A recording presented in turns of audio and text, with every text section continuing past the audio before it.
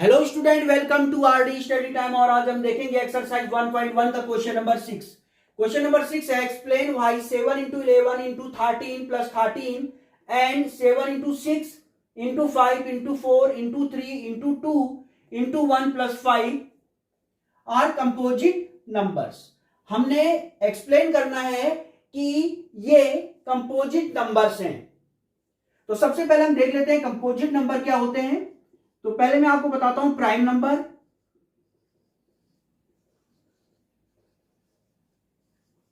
देखिए prime number आप जानते हैं, प्राइम नंबर क्या होते हैं? ऐसे नंबर जिनके केवल दो फैक्टर होते हैं, एक 1 और एक इटसेल्फ। एग्जांपल से समझते हैं, जैसे 3। भाई 3 के फैक्टर क्या होता है? एक 1 होता है, 3 1 जा 3, एक 1 और एक 3। यानी प्राइम नंबर वे होते हैं जिनके दो फैक्टर होते हैं, एक 1 और एक वो इटसेल्फ। और ले लेते हैं जैसे 5। देखिए 5 का एक फैक्टर 1 होता है और एक फैक्टर 5 होता है। प्राइम नंबर कंफर्म हो गया। बात करते हैं कंपोजिट नंबर की। तो कंपोजिट नंबर देखते हैं।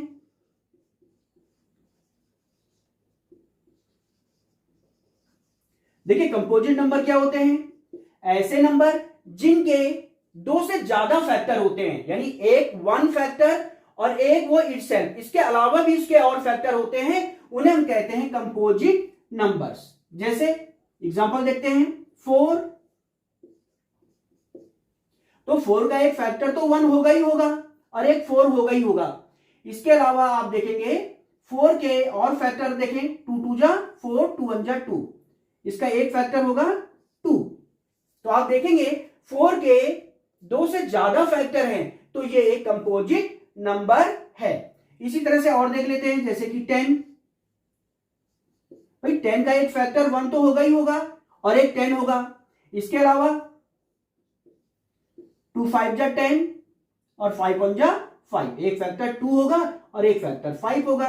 तो आप देखेंगे 10 के दो से ज्यादा फैक्टर हैं, तो 10 एक कंपोजिट नंबर है। तो आपको कंफर्म हो गया कि प्राइम नंबर क्या होते हैं, कंपोजिट नंबर क्या होते हैं।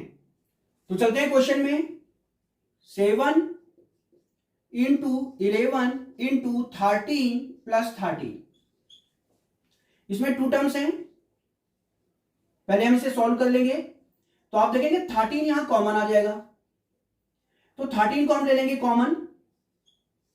यहां से 13 कॉमन चला गया, बचेगा 7 into 11 प्लस यहां से 13 कॉमन चला जाएगा, ये 13 into 1 होगा, तो 13 कॉमन चला जाएगा, बचेगा 1। 7 into 11 77 हो जाएगा, प्लस 1 ये हो जाएगा 78। 13 78 के हम फैक्टर कर सकते हैं, तो इसके प्राइम फैक्टर करेंगे 2 से, 2 3 जा 6, 2 9 जा 18, फिर 3 से, 3 1 जा 3, 3 3 जा 9, और ये 13 1 जा 13। तो 78 की जगह पे हम लिखेंगे 2 into 3 into 13।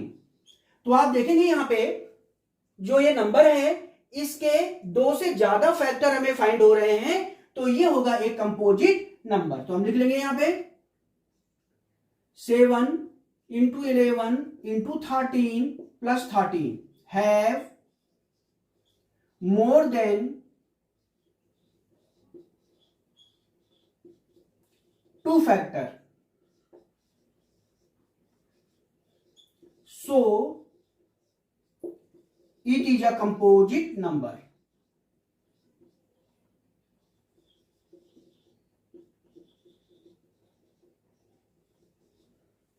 अब देखते हैं next. 7 into 6 into 5 into 4 into 3 into 2 into 1 plus 5। देखिए इसमें 2 टर्म्स हैं, एक टर्म्स ये है और एक टर्म्स ये है। इनमें कॉमन आ जाएगा 5, तो 5 कॉमन लेंगे, तो ये बचेगा 7 into 6, 5 कॉमन चला गया, into 4 into 3 into 2 into 1 plus ये 5 को लिख सकते हैं 5 1 जा 5, 5 कॉमन चला गया, बचेगा 1। अब देखें आगे सॉल्व करते हैं इसे। 7 6 जा 42, 4 3 जा 12, 12 2 जा 24, 24 1 जा 24 प्लस 1, 5 इंटू 42 और 24 को हम मल्टीप्लाई कर देंगे, 42 मल्टीप्लाई 24, 4 2 जा 8, 4 4 जा 16, 2 2 जा 4, 4 2 जा 8, ये हो जाएगा 8, 6 प्लस 4 10, 0 हो जाएगा, 8 और 1 9 और 1 10, तो ये हो जाएगा 1008 प्लस 1। आगे से सॉल्व करते हैं, 5 इंटू 1008 प्लस 1, ये हो जाएगा 1009। तो आप देखेंगे ये जो नंबर है इसके दो से ज्यादा फैक्टर फाइंड हो रहे हैं। एक फैक्टर तो 1 फाइंड होगा और एक फैक्टर इटसेल्फ होगा, इसके अलावा 2 फैक्टर और फाइंड हो रहे हैं। तो इसके 2 से ज्यादा फैक्टर फाइंड हो रहे हैं, तो ये होगा एक कंपोजिट नंबर। तो आप लिख लेंगे कि जो गिवन नंबर है मोर देन 2 फैक्टर, इसके 2 से ज्यादा फैक्टर हैं, इसलिए ये एक कंपोजिट नंबर होगा। तो ये था क्वेश्चन नंबर 6 और अब हम देखते हैं नेक्स्ट क्वेश्चन।